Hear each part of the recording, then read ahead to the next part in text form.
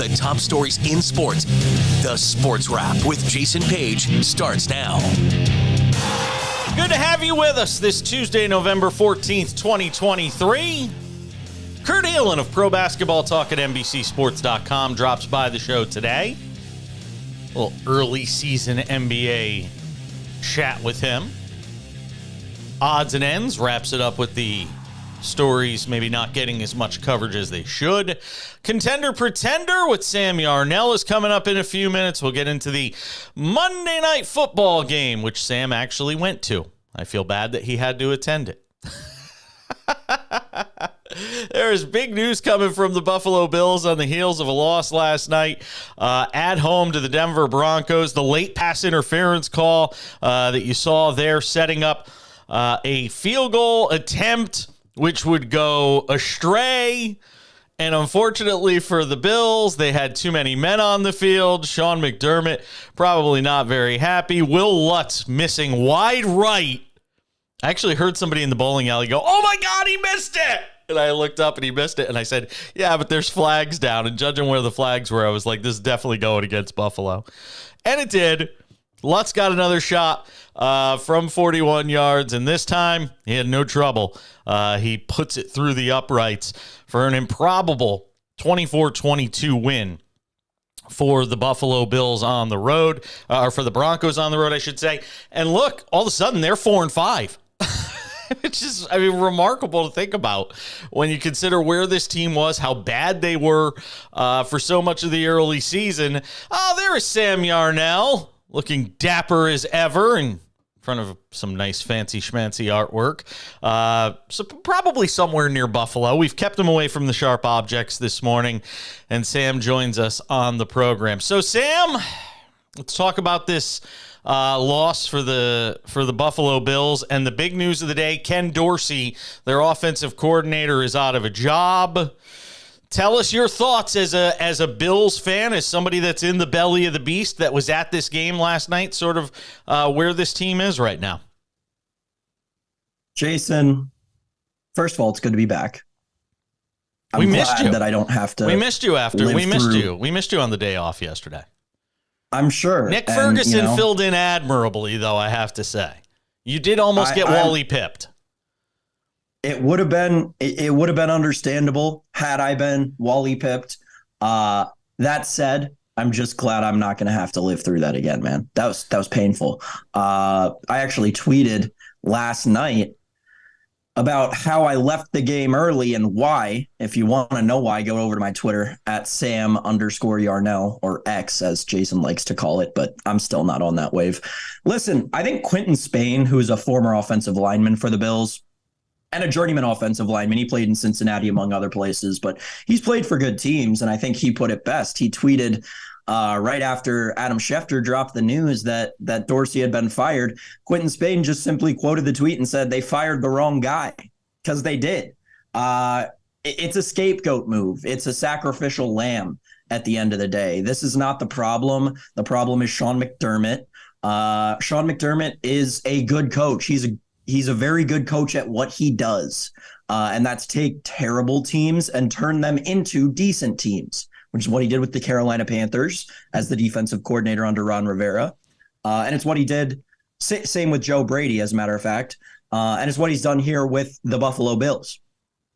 There needs to be a complete cleaning house, and it becomes a little more problematic because, as Nate Geary so eloquently put it, if everyone would go back and remember when McDermott was hired, he had the liberty to choose his own GM.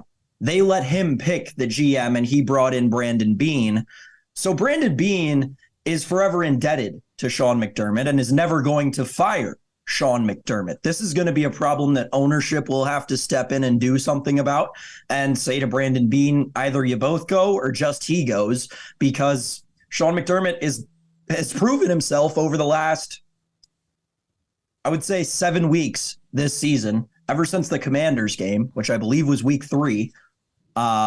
He's proven himself as a coach who's never going to win the big game. He's never going to lead this team to where they need to be, because every time he says that something needs to change, he changes it, and it's the wrong thing. So it's time to clean house in Buffalo. Yeah, and today was the beginning of that. Well, Dorsey is the sacrificial lamb, but it's the warning shot over the bow to Sean McDermott that if this thing doesn't get turned around, and at 5-5 in the way this team's playing right now, there's little reason to believe it's going to change. But you never know. We thought Denver was dead in the water, and look what they've turned out to be. So a lot of things could still happen. There's still basically another half of the season to go, or roughly thereabouts, 7 games to go, but.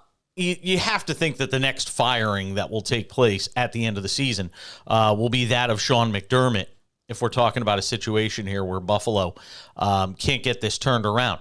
But some culpability has to be on the players. Sean McDermott isn't throwing the interceptions. He isn't having the ball ripped out of his hands after a reception on the sideline. Neither is Ken Dorsey. And McDermott kind of went out of his way to say, after the game, look, this is players have to be held responsible. And then the next morning you see Ken Dorsey get fired, which kind of tells you somebody up above said, hey, somebody has to be held accountable at this point. Somebody's head has to go on a stake after this sort of loss. But I mean, the reality is they're 4th to last in the league in turnovers. Not a place you want to be. And granted, they are able to create some turnovers, so the plus minus may not be as bad. But ultimately, you got to look at Josh Allen, too. You got to look at the way this offense operates. And frankly, I'm not going to go after the defense last night because in a couple of really tough situations where the ball was turned over, they only gave up a couple of field goals. The problem here is the offense. And, a lot of times we can look at rosters of mediocre teams or teams that go through ruts and say, well, all right, they're starting to come back down to reality. They're regressing to the mean. There's talent on this team.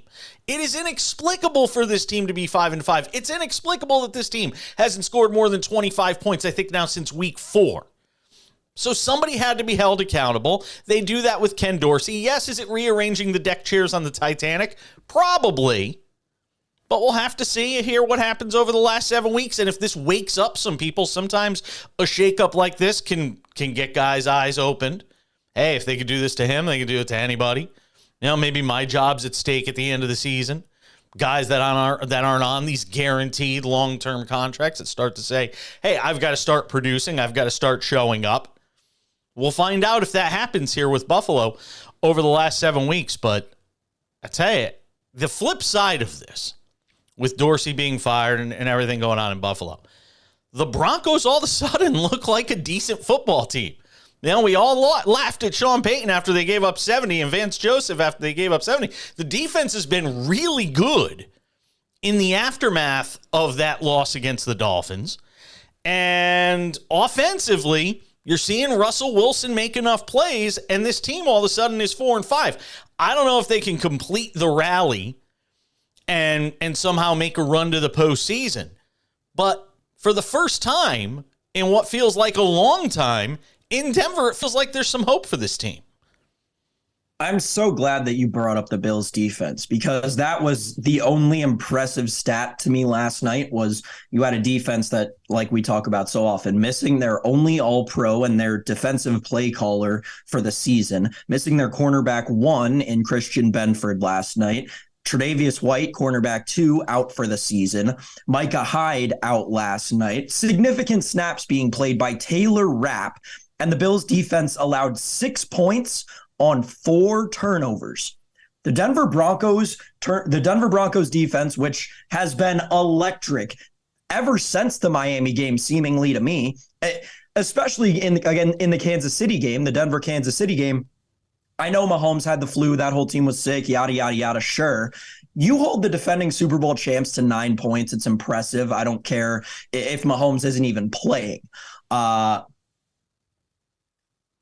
The Bills are in such a wild situation and circumstance. It's one that we haven't, to my mind, seen before, because as much as we should put onus on the players, this is a pattern with the coaches. James Cook was fumbled on the first snap of the game, sat the whole first half, as Sean McDermott loves to do. So significant runs being run by 33-year-old Lat Murray, the oldest back in the NFL. That is a Sean McDermott choice. He had the player in James Cook that he knew could make the explosive plays, And he chose to bench him because he messed up one time. It is a coaching decision. Go back 2 seasons, 13 seconds, right? The 13-second game against the Chiefs, Super Bowl trip on the line.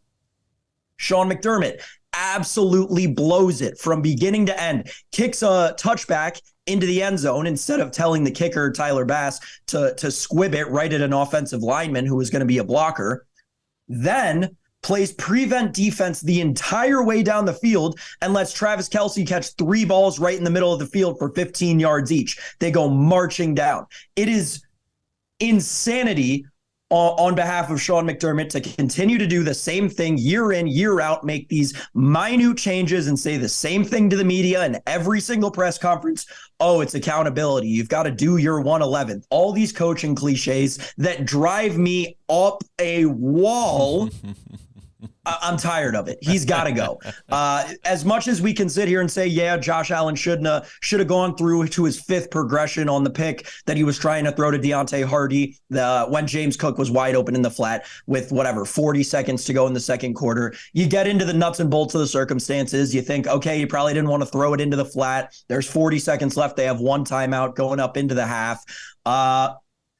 I'm not completely sold on saying that this is all the players' fault or even that it's the majority of the players' fault. I think this is like 75-25 coaches to players, the problems in Buffalo right now. Terry and Kim Pagula, you have to think at some point are going to, when you watch the decision to take Woods out and put him on the sideline, I guarantee you, I've seen enough owners, read enough about a lot of owners. That's the sort of stuff when they see that and they're watching Latavius Murray carry the ball in the first half. That's the kind of thing that has to drive an owner insane. Watching that sort of, well, we're going to cut our nose to spite our face sort of mentality that Sean McDermott takes. We're going to teach a lesson here while going to 5-5 on the season. By the way, to go back to Denver for a second, if we're going to crush Russell Wilson for the season he had last year, well, albeit with Nathaniel Hackett as the head coach, got to talk about the way he's played this year. 18 touchdowns to 4 interceptions. It's going to give your team a chance to win if the defense does its job. Wilson's played pretty good football this year. I mean, if we're talking halfway point of the season, we're talking about a guy that's probably going to be a Pro Bowl quarterback. If you're looking at the way he's played through the first half of the season. And again, at 4-5, and we could sit here and talk about the mess that is Buffalo. Buffalo has the same number of losses right now as the Denver Broncos. When you look ahead at the schedule here for Denver, might be an opportunity. We'll have to see what happens here in the second half of the season. All right, as we continue with the show, I want to get into Contender Pretender. One of our favorite things to do on the program on Tuesdays. Talk about the teams we think are legitimate contenders for this week to make a run at a division, wild card, Super Bowl.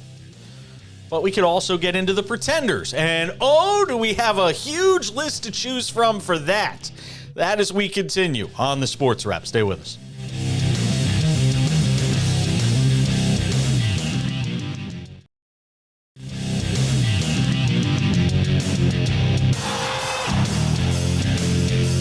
Continuing on this Tuesday edition of the show, Kurt Helin coming up in 15 minutes, breaks down the NBA. All right, we talked about the good, bad, and ugly that was the Bills losing at home to the Denver Broncos. It's time for one of my favorite things we do on this show every week. It's the week-to-week nature of the NFL. Sometimes you're the bat, sometimes you're the ball. Sometimes you're the fly, sometimes you're the windshield. It's Contender Pretender here on the Sports Wrap. All right, Sam, give me 3 contenders and 3 pretenders.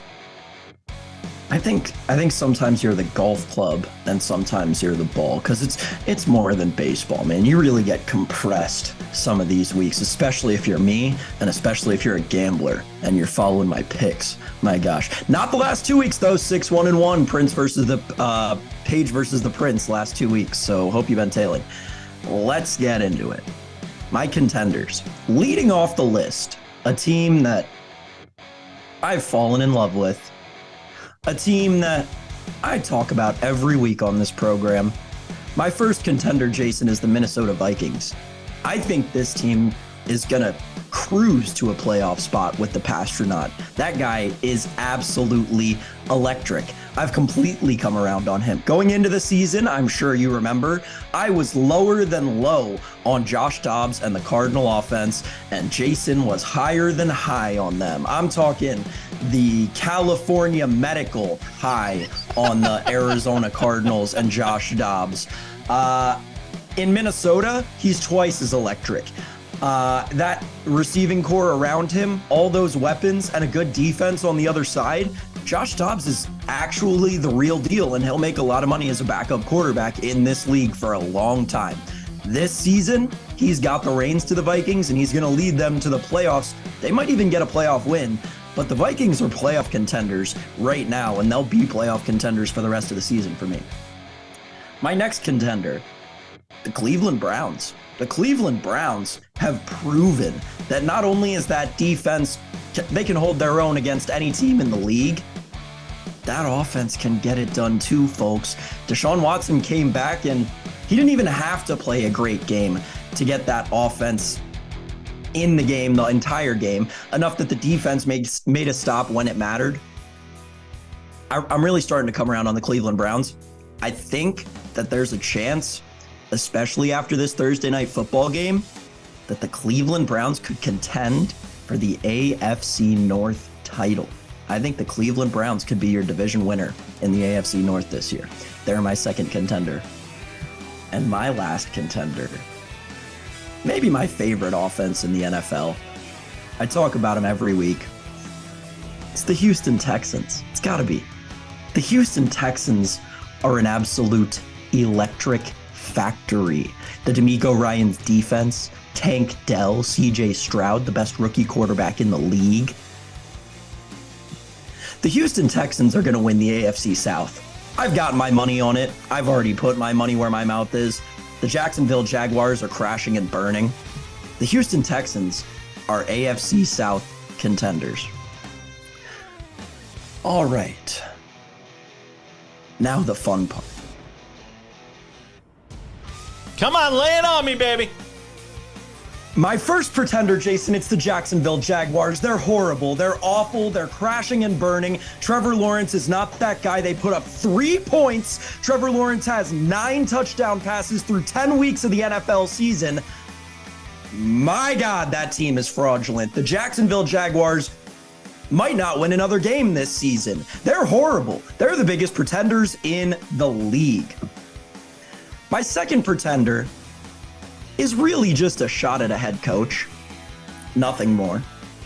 But the Atlanta Falcons, whatever you thought they were going to do this year, however good you thought they were going to be, they're a pretender. What is Arthur Smith doing with this team? This is a guy who looked like a totally different human being in Tennessee, even last year. And now you put Bijan Robinson on that roster. 3 of the most electric young athletes in the NFL between Bijan, Kyle Pitts, and Drake London. And Arthur Smith isn't using any of them. He's handing the ball to Tyler Algier and Cordero Patterson in meaningful snaps inside the 10. I don't get this. Whatever you thought the Falcons were going to be, they're not that. And Arthur Smith, maybe the worst coach in the league now that we don't have guys like Hoodie out in Vegas. My final pretender, Jason, is the Pittsburgh Steelers. Now, I don't think the Pittsburgh Steelers are a bad team. I just don't think that they're going to get a playoff win, even if they make the playoffs, because of their quarterback. This is a quarterback pretender. Kenny Pickett is not the guy in Pittsburgh. If they really want to get serious, because they have a great defense, an all-time head coach. Matt Canada, this is something I know people may not agree with, but I think Matt Canada's an okay coordinator. He just has a quarterback running his offense who's incapable of anything. Najee Harris isn't bad. Jaylen Warren is great as a young back. George Pickens is an amazing outside weapon. They just can't use them effectively because Pickett does not present enough of a threat to defenses so they can overcome compensate for these weapons that they have around him. The Pittsburgh Steelers are my final pretender. So my 3 contenders, again, the Vikings, Browns, and Texans. My 3 pretenders, the Jags, the Steelers, and the Falcons. Well said, Sam Yarnell. Well said. And I largely agree with a lot of what you're saying. Pittsburgh, it's kind of hard to take them and put them in the pretender category when they're 6-3. I know it has a bit of a feel like the Vikings last year, where you just kind of feel like they're fool's gold and they're finding ways to win some of these games in the late minutes. Some of that is Kenny Pickett, though. But I get where you're coming from by and large with a lot of your picks this week. All right, where do I lie when it comes to contender pretender this week? Well, we got to start with my contenders. And we begin with the Kansas City Chiefs. Now, you might be saying, well, they didn't even play this week. How could the Kansas City Chiefs be a contender? I know. I don't know how. They're a contender to win the Super Bowl. And the reason I think they're an even stronger contender to win the Super Bowl than they were a week ago is, did you watch the rest of the AFC? They went up as a result of everybody else going down in my mind. Jacksonville, who I love, going backwards. Baltimore, who I loved, going backwards. Think of you want about Pittsburgh going backwards or going forwards. Buffalo, going backwards. Everybody's going back. The Dolphins are going back. Everybody's going backwards, which means as a result, the Chiefs go forward. My first contender. The Houston Texans to win the division. See, I could have gone one of 2 ways with this. I could have said Jacksonville is a pretender and Houston as a contender. I'm opting to go the route of Houston as a contender. I'm not going to do them both. I'll just do Houston as a contender. Houston as a contender is obvious. The schedule is in their favor. I talked about it with Sam last week on the show. He brought it up. We talked about it with Matt Verderam of SI last week. He said the same thing. Listen, and there's still time to get in on Houston, I think. I don't think we've run out of time when it comes to winning divisions. I mean, where are we at in the AFC South? Houston's plus 270. You could still get them at plus money. Why not?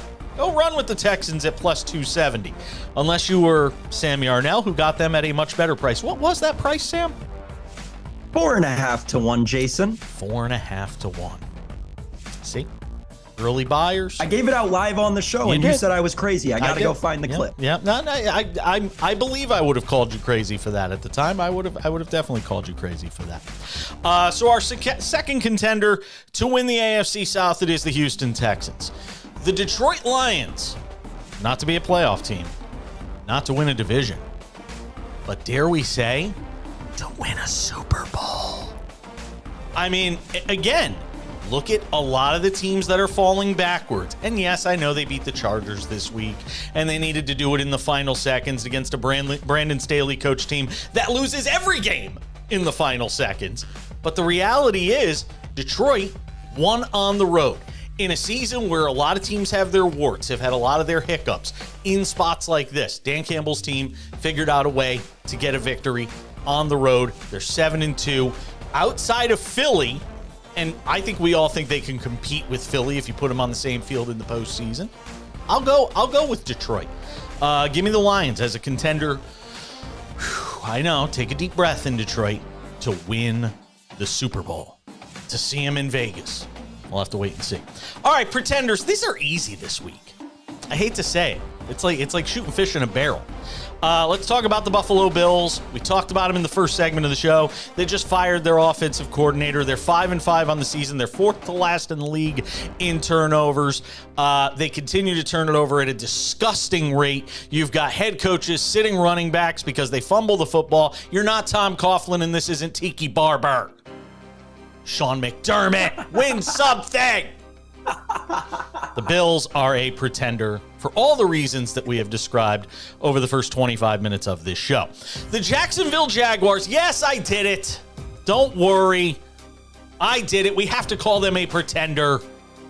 You cannot put together that kind of performance at home, coming off a bye. You can't do it. Jacksonville, you got to do better than that. I've talked you up all season long. I've talked about the fact that you haven't even played your best football yet. Jacksonville, a pretender to win anything more than a division or a wild card spot. I still think they're probably going to find a way into the playoffs. But at the end of the day, can you really rely on them to be anything more than that? Not really. Last but not least, the Saints. Pretender to do anything other than win a craptastic division. They're 5-5. They can't keep Derek Carr healthy. They're a mediocre football team at best. I don't care if they're going to win one of the worst divisions in football this year. The Saints are a pretender. Certified. Stamp it. Grade A. Pretender. The Kansas City Chiefs, one of my contenders to win the Super Bowl, even though they didn't even play a game this week. How brilliant are we? The Houston Texans to win the AFC South, a contender.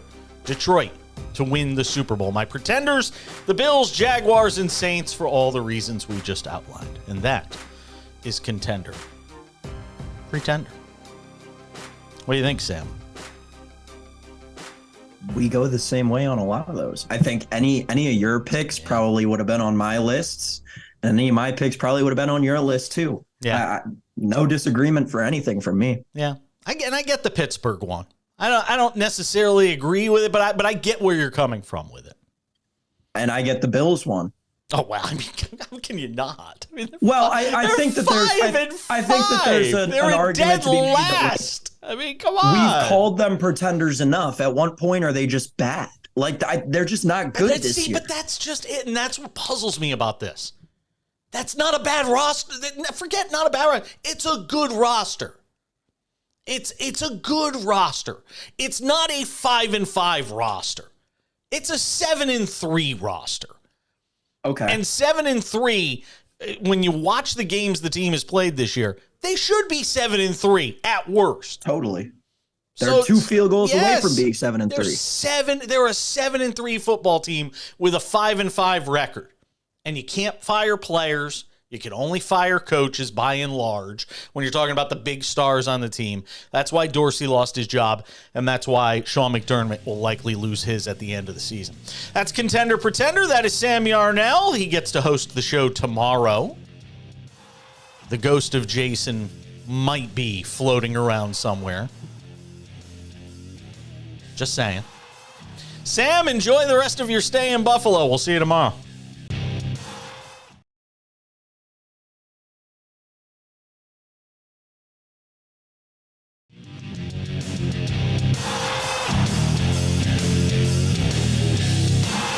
Continuing on this Tuesday edition of the show, we've done the NFL Monday Night Football. We've done the Ken Dorsey firing. We've done Contender Pretender. Now let's talk some NBA.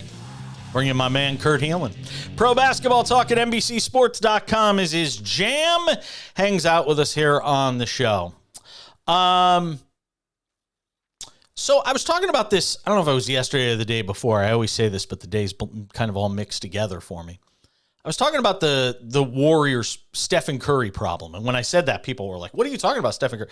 Well, the problem is he's the only guy on the team that can score. The problem is he's the only guy on the team that can consistently put up numbers for them. Forget having a second or a third option. They'd just be happy to have a consistent second option. This is, I don't know, going into last night. I don't know if they played last night. They were a 6-5 team. Where is that secondary offense going to come from if we're talking about this Warriors team and them being a real contender? Yeah, the stat that I love on that is no Warrior outside of Steph Curry has scored more than 20 points in a game this season. Like none.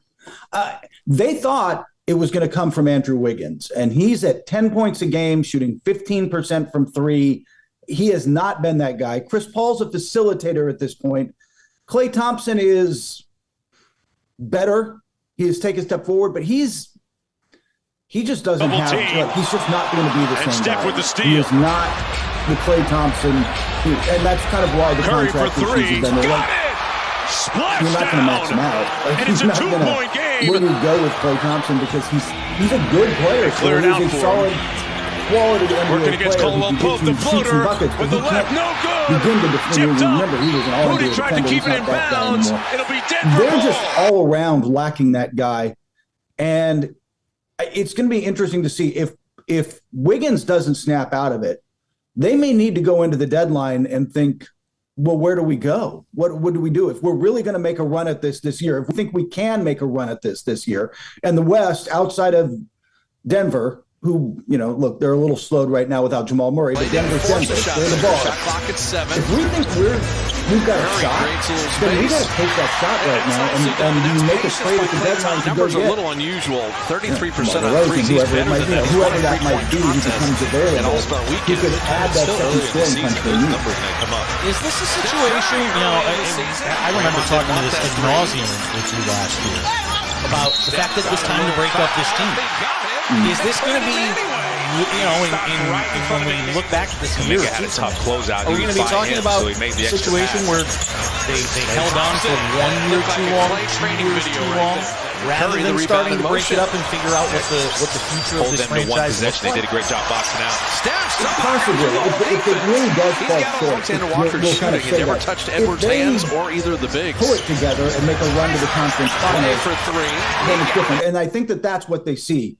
They see themselves as a good team that's kind of flawed right now, but a good team, and there's nobody else. It's just Denver, and then who's your second best team in the West? Phoenix has been not great. I mean, honestly, right now, probably best in the West is Minnesota. Minnesota's look great, but I know how much, Jason, you would like to bet big on them in the playoffs with this lineup. So, if With your money, only with your money. Yeah, exactly. Both dollars. By the way, they get a sneaky good bet for in-season Set that screen. I don't know if I don't trust them long term, but Wow, that's nice. hot team right now. Nobody's expecting. Rudy Gobert's playing great. Karl But Anthony Towns. anyway, I think that we may look back on it this way. We may look back and say they should have just moved on from Clay, which they might do this summer. It was time to break this thing up, but internally they don't really want to. It still sells. It still sells tickets. It still fills the building. That's what I said. It's exactly what I said. It's exactly what I said at the end of the show the other day. It's still good enough to get people into the seats because you don't want to be the Giants, who play next door. And what happened was, as soon as the Giants crashed, all those expensive seats that were sold out every night, all of a sudden they were filled by pigeons and seagulls. And all of a sudden, you're an organization looking around saying, how are we going to fill these expensive seats every night in this expensive arena in this expensive city? And the Giants couldn't do it anymore. They finally pushed the panic button, started to make some moves, got better again. That's exactly what Joe Lacob has to be fearful of, is if this thing goes south and goes south fast, I got news for you. All those fair weather Warrior fans aren't showing up. No, and that's why they are a sneaky option if a superstar does become available. There was distinct interest in Giannis Antetokounmpo. That's obviously off the table since he signed the extension for a few years. If somebody else, not Karl Anthony Towns, just kind of took off.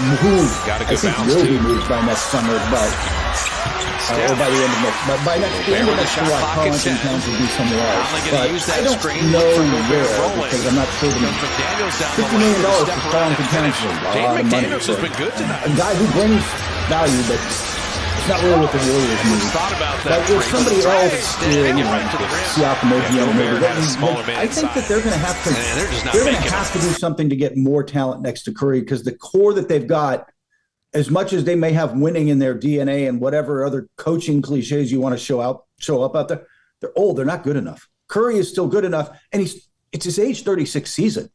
Like, with all due respect to LeBron, there's just not a lot more of this left, right? Like the window is going to close, and if they think it's open this year, they have to just try to get through it. And I said this on the show the other day, the difference between him and LeBron being in the latter years of his career is LeBron could still do it from a physically imposing standpoint.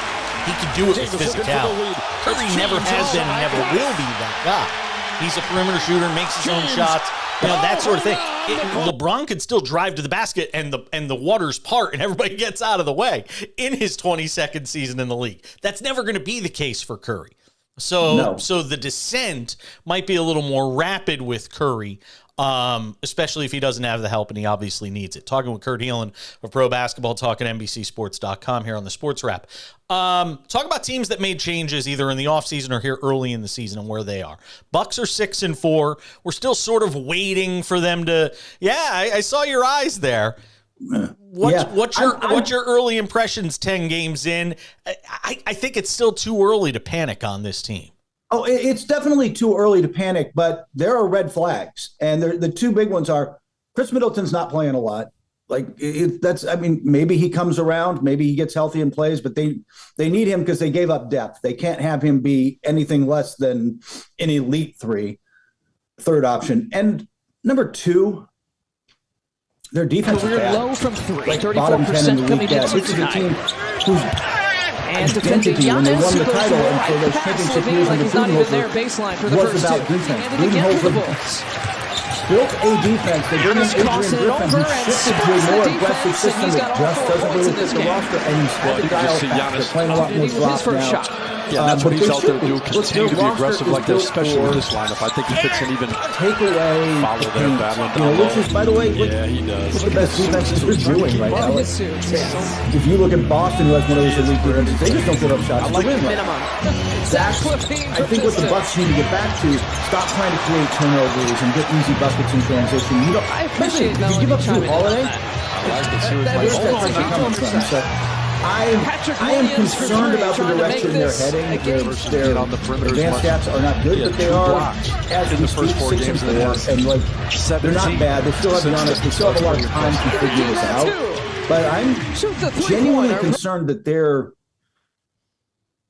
the third best team at best right now in the East, with the way Philadelphia is playing and the way Boston's playing. Like, if they're third, that's a lot of money you got tied up in two guys to be second tier. Amazing to see the addition by subtraction in Philadelphia in the way that team is playing. You mentioned the Celtics beat up on my Knicks last night. Porzingis and sort of what that team has been at 8-2 in the early going. Everything you thought they would be? Yeah, they've been great. Jason Tatum is probably playing the best basketball of his career. He looks MVP caliber early on. Out of his shooting slump, he's had some terrific games recently. But you mentioned it, Porzingis gave them a little more rim protection consistently. He's been healthier than Robert Williams. Porzingis always causes trouble for big centers because you got to play out of the perimeter. It's just all meshed together. Jaylen Brown really hasn't found his rhythm yet. You can see stuff that they're still trying to bring together perfectly, but top Porzingis, Robinson extends. They look like the team to beat in the East.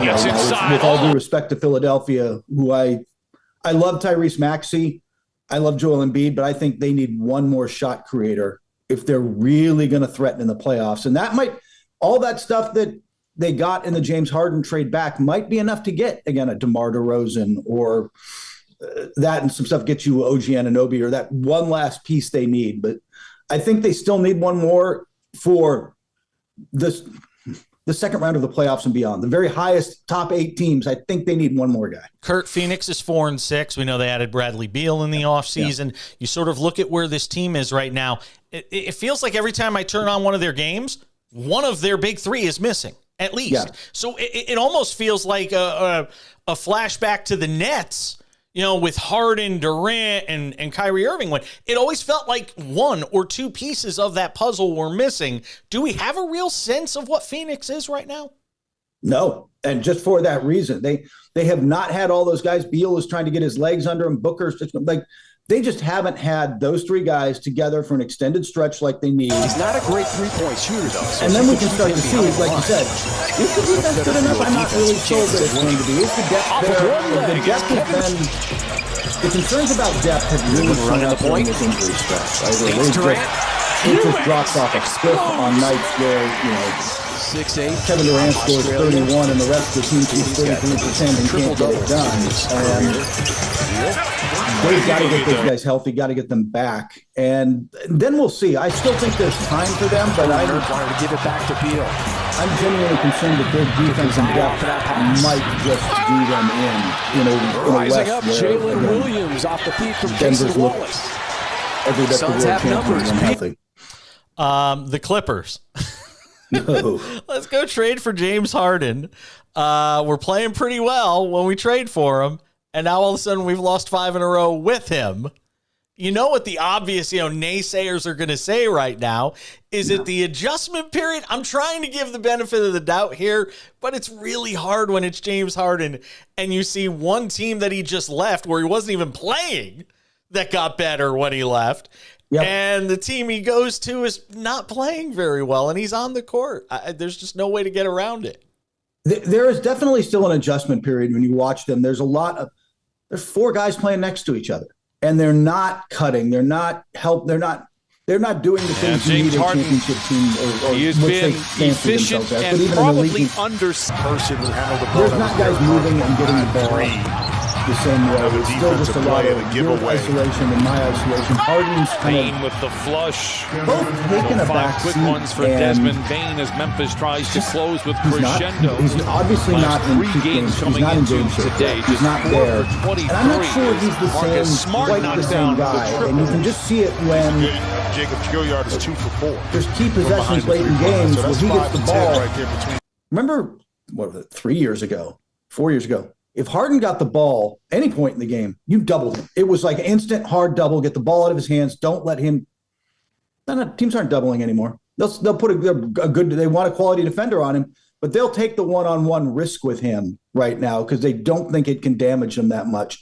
And that's going to be a problem because everything the Clippers want to do is based on you've got to double Harden, you got to double Kawhi, you got to double PG. One of those, they've got to find a way to start doing that and then moving the ball and making plays. And right now, it's just a slog, and it's not pretty to watch. By the way, Jason, it's not even fun to watch them play right now. No, it isn't. And you hope they put it together because it's better for the league when the Clippers are good, and you've got star power there, and you want to see teams with star power play well. And God knows, very disappointed. And God knows, I'm probably going to have to see them stuffed down my throat on national games late at night, and I don't want them to be bad because I want to watch those late night games. Well, not late for us here on the West Coast, but late for all of you around the rest of the country. Hey, Kurt Helin, I always appreciate it, my man. I didn't even get to talk to you about the Nuggets or my admiration for LeBron James, but I'm sure we'll have time to do that as the season progresses. Thank you, my friend.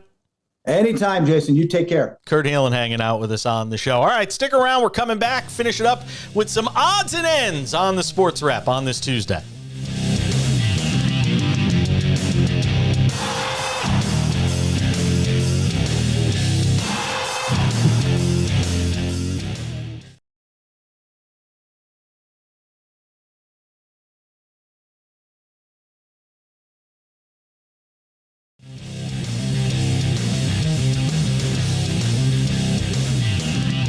Before we say goodbye today, a quick thought on the start of a new era of big men rivalries, and this is one we hope to see for at least the next decade. It's Chet Holmgren and his Thunder against Victor Wembanyama and his Spurs.